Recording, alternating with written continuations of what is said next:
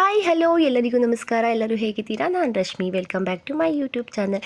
ಇವತ್ತಿನ ರೆಸಿಪಿ ನಮ್ಮನೇಲಿ ಎಲೆಕೋಸು ಗೋಬಿ ಮಂಚೂರಿನ ಮಾಡಿದ್ದೀನಿ. ಮಕ್ಕಳಿಗೆಲ್ಲ ತುಂಬಾ ಇಷ್ಟ ಆಗುತ್ತೆ. ಇವಾಗಂತೂ ಆದಷ್ಟು ಗೋಬಿನ ಬ್ಯಾನ್ ಮಾಡಿದ್ದಾರೆ. ಅದರಲ್ಲಿ ತುಂಬಾ ಫುಡ್ ಕಲರ್ ಎಲ್ಲ ಆ್ಯಡ್ ಮಾಡ್ತಾಯಿದ್ರು.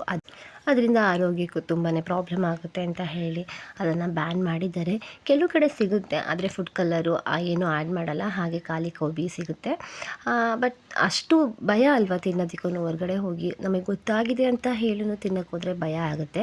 ನೆಕ್ಸ್ಟ್ ನಾನು ಒಂದು ಕೋಸನ್ನ ತೊಗೊಂಡು ಅದನ್ನು ಚೆನ್ನಾಗಿ ಕಟ್ ಮಾಡಿ ಸಣ್ಣಕ್ಕೆ ಅದನ್ನು ನೀಟಾಗಿ ತೊಳ್ಕೊಂಡು ನೆಕ್ಸ್ಟು ಬಿಸಿನೀರಿಗೆ ಒಂದು ಸ್ಪೂನ್ ಅರಿಶಿನ ಮತ್ತು ಉಪ್ಪನ್ನ ಹಾಕಿ ಬೇಯಿಸ್ಕೊಂಡು ಅದನ್ನು ರಸ ಎಲ್ಲ ನೀರೆಲ್ಲ ಹಿಂಡು ತೊಗೊಂಡಿದ್ದೀನಿ. ನೆಕ್ಸ್ಟ್ ಅದನ್ನು ನೀರೆಲ್ಲ ಹಿಂಡಿದ್ಮೇಲೆ 2 ಸ್ಪೂನು ಅಚ್ಚ ಪುಡಿನ ಹಾಕ್ತಾಯಿದ್ದೀನಿ ಮತ್ತು ಸಾಲ್ಟ್ ರುಚಿಗೆ ಎಷ್ಟು ಬೇಕೋ ಅಷ್ಟು ಉಪ್ಪನ್ನ ಹಾಕ್ಕೊತಾ ಇದ್ದೀನಿ. ನಾನು ಯೂಸ್ ಮಾಡ್ತಾ ಇರೋದು ಪಿಂಕ್ ಸಾಲ್ಟು, ತುಂಬ ಒಳ್ಳೆಯದು ಆರೋಗ್ಯಕ್ಕೆ ಅಂತ ಹೇಳಿ ನಾನು ಪಿಂಕ್ ಸಾಲ್ಟನ್ನ ಯೂಸ್ ಮಾಡ್ತೀನಿ.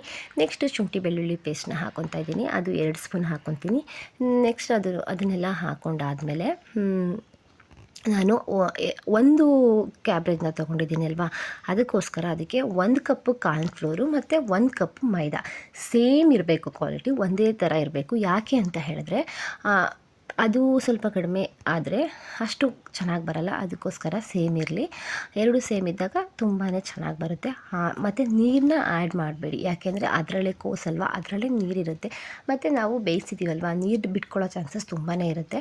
ಅದಕ್ಕೋಸ್ಕರ ನೀರೇನು ಆ್ಯಡ್ ಮಾಡಬೇಡಿ. ಲಾಸ್ಟಲ್ಲಿ ಸ್ವಲ್ಪ ಸೋಯಾ ಸಾಸ್ನ ಹಾಕ್ತಾಯಿದ್ದೀನಿ. ನೆಕ್ಸ್ಟು ಇದನ್ನು ಚೆನ್ನಾಗಿ ಕಲಿಸ್ಕೊಬೇಕು. ನಿಮ್ಗೇನಾದರೂ ಬೈ ಚಾನ್ಸ್ ಬೇಕು ನೀರು ಅಂತ ಹೇಳಿದ್ರೆ, ಅದರ ಅವಶ್ಯಕತೆ ಇದೆ ಅಂತ ಹೇಳಿದರೆ ನೀವು ನೀರನ್ನ ಹಾಕೋಬೋದು. ನನಗೆ ನೀರು ಬೇಡ ಅಂತ ಅನಿಸುತ್ತೋ ಅದಕ್ಕೆ ನಾನು ನೀರನ್ನ ಹಾಕ್ಕೊಳ್ಳಿಲ್ಲ.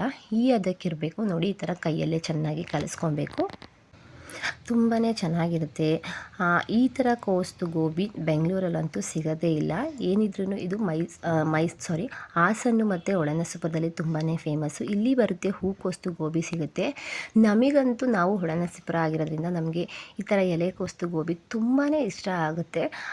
ನೆಕ್ಸ್ಟು ಒಲೆ ಮೇಲೆ ಪ್ಯಾನ್ ಇಟ್ಟು ಎಣ್ಣೆ ಹಾಕಿ, ಎಣ್ಣೆ ಕಾದ್ಮೇಲೆ ಅದನ್ನು ಚಿಕ್ಕ ಚಿಕ್ಕ ಉಂಡೆಗಳಾಗಿ ಮಾಡಿಕೊಂಡು ಎಣ್ಣೆಯಲ್ಲಿ ಬಿಡಬೇಕು. ಅದು ಚೆನ್ನಾಗಿ ಬೇಯಕ್ಕೆ ಬಿಡಬೇಕು. ಸ್ವಲ್ಪ ಉರಿನ ಸ್ವಲ್ಪ ಜಾಸ್ತಿ ಹೈಯಲ್ಲೇ ಇಟ್ಕೊಳ್ಳಿ. ಕಡಿಮೆ ಮಾಡಿದಷ್ಟು ಅದು ಎಣ್ಣೆನ ಕುಡಿಯೋ ಚಾನ್ಸಸ್ ಜಾಸ್ತಿ ಇರುತ್ತೆ. ಅದಕ್ಕೆ ಹೈಯಲ್ಲೇ ಇಟ್ಕೊಂಡು ಬೇಯಿಸ್ಕೊಳ್ಳಿ, ಚೆನ್ನಾಗಿ ಬೇಯಬೇಕು ಅದು. ನಮ್ಮ ಮನೇಲಿ ಸಾನ್ವಿಗಂತೂ ಗೋಬಿ ಅಂದರೆ ತುಂಬಾ ಇಷ್ಟ. ಅವಳು ತಿನ್ನಬೇಕಂತ ಅಂದಾಗೆಲ್ಲ ಅಮ್ಮ ಮನೇಲಿ ಮಾಡಿಕೊಡಿ ಅಂತ ಹೇಳ್ತಾ ಇರ್ತಾಳೆ. ನಿಮ್ಗೇನಾದರೂ ಖಾಲಿ ಗೋಬಿನೇ ತಿನ್ನಬೇಕಂತ ಅನಿಸಿದ್ರೆ ಇದಕ್ಕೆ ಎಲ್ಲ ರೀತಿ ಆನಿಯನ್ನು ಮತ್ತು ಕೊತ್ತಂಬರಿ ಸೊಪ್ಪು ಇದನ್ನೆಲ್ಲ ಹಾಕ್ಕೊಂಡು ಮಾಡಿಕೊಂಡ್ರೆ, ನಾನು ಡ್ರೈ ಗೋಬಿದು ಒಂದು ಸಲ ರೆಸಿಪಿನ ಶೇರ್ ಮಾಡ್ತೀನಿ, ತುಂಬಾ ಚೆನ್ನಾಗಿರುತ್ತೆ. ಅದ್ರದ್ದು ಹಾಗೇ ತಿನ್ಬೋದು, ಅಷ್ಟೊಂದು ಟೇಸ್ಟ್ ಆಗಿರುತ್ತೆ. ಈ ಥರ ಬೇಯ್ತಾ ಇದೆ ನೋಡಿ. ಬೆಂದಮೇಲೆ ಇದನ್ನೆಲ್ಲ ಒಂದು ಕಡೆ ಸೈಡಲ್ಲಿ ತೆಗೆದಿಟ್ಕೊಬೇಕು. ನನ್ನ ಮಗಳಂತೂ ನಾನು ಮಾಡಿ ತೆಗೆದಿಟ್ಮೇಲೆ ಇದು ಬರಿದನ್ನೇ ತಿಂತಾ ಇದ್ಲು, ಅಷ್ಟು ಚೆನ್ನಾಗಿರುತ್ತೆ ಇದು. ಅಷ್ಟೊಂದು ನನಗೆ ಹೂಕೋಸು ಗೋಬಿ ಇಷ್ಟ ಆಗಲ್ಲ. ಈ ಥರ ಗೋಬಿ ಅಂದರೆ ತುಂಬಾ ಇಷ್ಟ ಆಗುತ್ತೆ. ನಾನೆಲ್ಲ ಮಾಡಿಕೊಂಡು ಸೈಡಲ್ಲಿ ತೆಗೆದಿಟ್ಕೊಂಡೆ. ನೆಕ್ಸ್ಟು ನಾನು ಗೋಬಿಗೆ ಮಸಾಲೆನ ರೆಡಿ ಮಾಡ್ಕೊತೀನಿ. ಅದು ಯಾವ ರೀತಿ ಮಾಡ್ಕೊತೀನಿ ಅಂತ ನೋಡಿ. ನೆಕ್ಸ್ಟು ಒಲೆ ಮೇಲೆ ಪ್ಯಾನ್ ಇಟ್ಟು, ಅದು ಸ್ವಲ್ಪ ಪ್ಯಾನ್ ಬಿಸಿ ಆದಮೇಲೆ ಅದಕ್ಕೆ ಆಯಿಲ್ನ ಹಾಕಬೇಕು. ಒಂದು 2 ಸ್ಪೂನ್ 3 ಸ್ಪೂನ್ ಆಯಿಲ್ ಹಾಕಿದ್ರೆ, ಯಾಕೆಂದರೆ ಆಲ್ರೆಡಿ ಗೋಬಿ ಎಣ್ಣೆಲಿ ಬೆಂದಿರೋದ್ರಿಂದ 2-3 ಸ್ಪೂನ್ ಆಯಿಲ್ ಹಾಕಿದ್ರೆ ಸಾಕು. ನೆಕ್ಸ್ಟು ಅದಕ್ಕೆ ಸಣ್ಣದಾಗಿ ಹಚ್ಕೊಂಡಿರ್ತೀನಲ್ವ ಶುಂಠಿ ಮತ್ತು ಬೆಳ್ಳುಳ್ಳಿನ ಹಾಕಬೇಕು. ನಿಮಗೇನಾದರೂ ಇದನ್ನು ಮಾಡೋಕ್ಕೆ ಟೈಮ್ ಇಲ್ಲ ಅಂತ ಅನಿಸಿದ್ರೆ ಶುಂಠಿ ಬೆಳ್ಳುಳ್ಳಿ ಪೇಸ್ಟ್ ಇರುತ್ತಲ್ವ, ಅದನ್ನು ಹಾಕಿದ್ರೂ ಓಕೆ, ಅದು ಚೆನ್ನಾಗಿರುತ್ತೆ. ಇದು ಮತ್ತು ಬಾಯಿಗೆ ಸಿಗ್ತಾ ಇರುತ್ತಲ್ವ ಹಚ್ಕೊಂಡಿರೋದು, ತುಂಬಾ ಚೆನ್ನಾಗಿರುತ್ತೆ. ಅದು ಸ್ವಲ್ಪ ಫ್ರೈ ಆದಮೇಲೆ ಅದಕ್ಕೆ ಆನಿಯನ್ನ ಹಾಕಬೇಕು. ಆನಿಯನ್ನು ಫ್ರೈ ಆಗಬೇಕು, ಬ್ರೌನ್ ಕಲರ್ ಆಗೋವರೆಗೂ ಫ್ರೈ ಮಾಡ್ಕೋಬೇಕು. ಇವಾಗಲೂ ಅಷ್ಟೇ, ಉರಿನ ಆದಷ್ಟು ಕಡಿಮೆ ಮಾಡ್ಕೊಬೇಡಿ, ಹೈಯಲ್ಲೇ ಇರಲಿ, ಹೈಯಲ್ಲೇ ಇರಬೇಕು. ಈ ಥರ ನಾವು ಚೈನೀಸ್ ಏನೇ ಮಾಡ್ಕೊಬೇಕಾದ್ರೂ ಉರಿ ಸ್ವಲ್ಪ ಹೈಯಲ್ಲಿದ್ರೇ ಚೆನ್ನಾಗಿರುತ್ತೆ. ಕಡಿಮೆ ಮಾಡಿಕೊಂಡ್ರೆ ಅಷ್ಟು ಚೆನ್ನಾಗಿ ಬರಲ್ಲ. ಇದು ಅಷ್ಟೇ, ತುಂಬ ಬ್ರೌನ್ ಆಗೋವರೆಗೂ ಚೆನ್ನಾಗಿ ಕೈ ಆಡಿಸ್ತಾ ಇರಬೇಕು, ಸೀದೋಗೋ ಚಾನ್ಸಸ್ ಜಾಸ್ತಿ ಇರುತ್ತೆ ಅಲ್ವಾ. ನಾನು ಆಮೇಲೆ ಸ್ವಲ್ಪ ಕರಿಬೇವನ್ನ ಆ್ಯಡ್ ಮಾಡಿಕೊಂಡೆ. ಕರಿಬೇವು ಹಾಕಿದ್ರೆ ಆ ಫ್ಲೇವರ್ ಚೆನ್ನಾಗಿರುತ್ತೆ ಅಂತ ಹೇಳಿ ನಾನು ಕರಿಬೇವನ್ನ ಹಾಕ್ಕೊಂಡೆ. ಇದೆಲ್ಲ ಸ್ವಲ್ಪ ಬ್ರೌನ್ ಆಗೋಷ್ಟರಲ್ಲಿ ನಾನು ಕ್ಯಾಪ್ಸಿಕಮ್ನ ಹಾಕ್ಕೊತೀನಿ. ಯಾವುದೇ ಚೈನೀಸು ಫುಲ್ ಬ್ರೌನ್ ಆಗೋಕ್ಕೆ ಬಿಡಬೇಡಿ, ಸ್ವಲ್ಪ ಆದರೆ ಸಾಕು.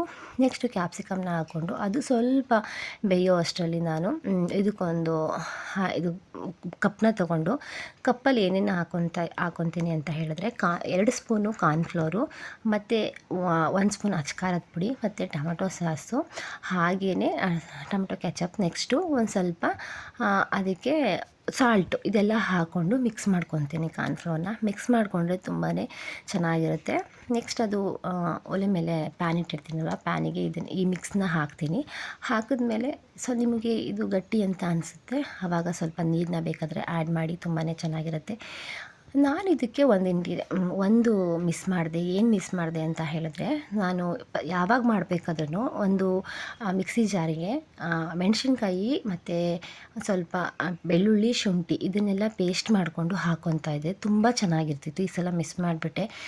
ನಾನು ಅದನ್ನು ಬೇಕು ಅಂತ ಹೇಳಿದ್ರೆ ರೆಸಿಪಿನ ಶೇರ್ ಮಾಡ್ತೀನಿ. ಅದು ಒಂದಿನ ಮಾಡಿ ಶೇರ್ ಮಾಡ್ತೀನಿ. ತುಂಬಾ ಚೆನ್ನಾಗಿರುತ್ತೆ ಆ ರೀತಿ ಮಾಡಿದ್ರೆ. ನಮ್ಮ ಹೊಳೆನರಸೀಪುರದಲ್ಲಿ ಇದೇ ರೀತಿ ಗೋಬಿನ ಮಾಡಿ ಕೊಡ್ತಾರೆ. ತುಂಬಾ ಚೆನ್ನಾಗಿರುತ್ತೆ. ಆ ಬಾಯಿಗೆ ಆ ಮೆಣಸಿನ್ಕಾಯಿನ ಸ್ವಲ್ಪ ನುಣ್ಣಗೆ ರುಬ್ಕೋಬಾರ್ದು, ಅದು ಸಿಗಬೇಕು ಆ ಥರ ರುಬ್ಕೊಂಡು ಹಾಕ್ಕೊಂಡಾಗ ತುಂಬಾ ಚೆನ್ನಾಗಿರುತ್ತೆ. ಮಕ್ಕಳಂತೂ ತುಂಬ ಇಷ್ಟಪಟ್ಟು ತಿಂತಾರೆ. ನೋಡಿ, ಗೋಬಿ ರೆಡಿ ಆಯಿತು. ಎಷ್ಟು ಚೆನ್ನಾಗಿ ಬಂದಿದೆ ಕಲರ್ಫುಲ್ಲಾಗಿ.